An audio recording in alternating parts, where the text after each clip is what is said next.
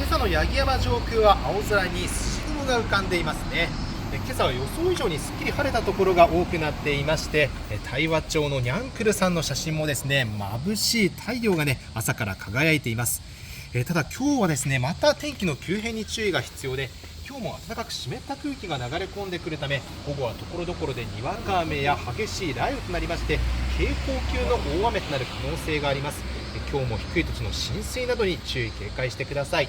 日差しはですねこの後もまずまず届きますので、最高気温は仙台で32度などと、今日も昨日と同じかやや高くなりまして、厳しい残暑が続くでしょう。